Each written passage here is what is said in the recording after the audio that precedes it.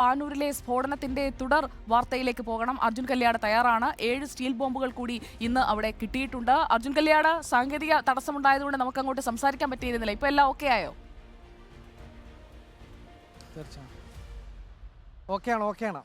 അപ്പോൾ ഇവിടെയും ഓക്കെയാണ്. അപ്പോൾ ഷിബിൻ ലാലിനെ തെളിവെടുപ്പിന് കൊണ്ടുവന്നപ്പോൾ അവിടെ വീണ്ടും ബോംബ് കിടക്കുന്നു. ഇതെന്താണ് സംഭവിക്കുന്നത് അർജുൻ?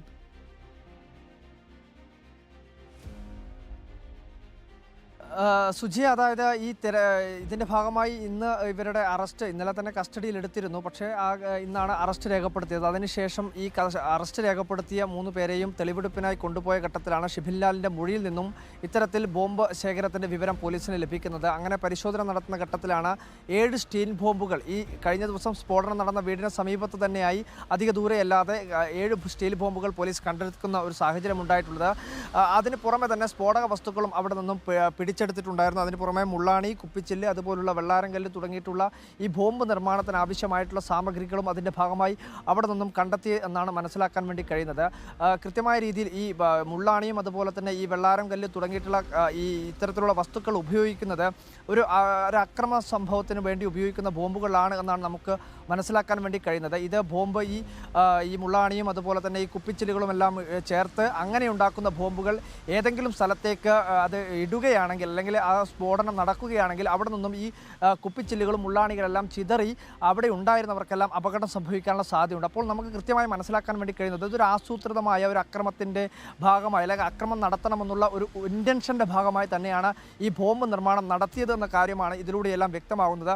അതിന് പുറമെ ഈ സ്ഫോടനം നടന്ന വീടിന് സമീപത്തായി ഈ ബോംബ് നിർമ്മിക്കുന്നവരുടെ മറ്റ് കേന്ദ്രങ്ങളുണ്ട് എന്നുള്ള കാര്യവും നമുക്ക് മനസ്സിലാക്കാൻ വേണ്ടി കഴിയുന്നുണ്ട്. അത്തരത്തിലുള്ള കാര്യങ്ങളാണ് നമുക്ക് ഈ പ്രതികളെ ഇപ്പോൾ ഇവിടെ നിന്ന് പാനൂർ പോലീസ് സ്റ്റേഷനിൽ നിന്നും ഈ സ്ഫോടനത്തിലുള്ള പ്രതികളെ ഇപ്പോൾ പോലീസ് കൂടുതൽ തെളിവെടുപ്പിന് വേണ്ടി കൊണ്ടുപോകുന്ന അത് നമുക്ക് കാണാൻ വേണ്ടി കഴിയും. പ്രതികളിപ്പോൾ ഇവിടെ നിന്നും കൊണ്ടുപോവുകയാണ്. അതിൻ്റെ ദൃശ്യങ്ങൾ കൂടി നമുക്ക് കാണാൻ വേണ്ടി കഴിയും.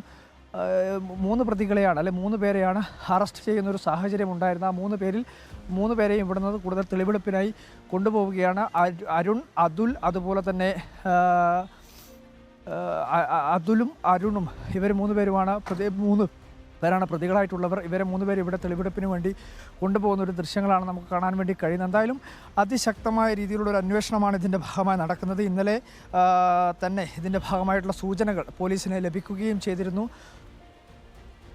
3 ദിവസങ്ങളായി, കഴിഞ്ഞ 2 ദിവസം മുമ്പാണ് ഇത്തരത്തിൽ പാനൂരിലെ സ്ഫോടനം നടക്കുന്നത്. അതിന് ഭാഗമായി 4 പേർക്ക് പരിക്കേൽക്കുകയും ഒരാൾ മരണപ്പെടുകയും ചെയ്തിരുന്നു. അതിൽ ഇന്നലെ കസ്റ്റഡിയിലെടുത്ത, ഇന്ന് അറസ്റ്റ് രേഖപ്പെടുത്തിയ 3 പ്രതികളെ ഇപ്പോൾ തെളിവെടുപ്പിന് വേണ്ടി പോലീസ് വീണ്ടും ഇവിടെ നിന്ന് പാനൂർ പോലീസ് സ്റ്റേഷനിൽ നിന്നും കൊണ്ടുപോവുകയാണ്. സംഘത്തിൽ 10 പേരുണ്ടായിരുന്നു എന്നുള്ളതാണ് ലഭിക്കുന്ന വിവരം. 10 പേരാണ് ഈ സംഘത്തിലുണ്ടായിരുന്നത്. അതിൽ ഒരാൾ കൊല്ലപ്പെട്ടു, 3 പേർ പരിക്കേറ്റ് ചികിത്സയിലാണ്. 3 പേരെ അറസ്റ്റ് രേഖപ്പെടുത്തി, ഒരാൾ കസ്റ്റഡിയിലുണ്ട്, 2 പേർ ഇപ്പോഴും ഒളിവിലാണ് എന്നുള്ള കാര്യമാണ് നമുക്ക് മനസ്സിലാക്കാൻ വേണ്ടി കഴിയുന്നത്.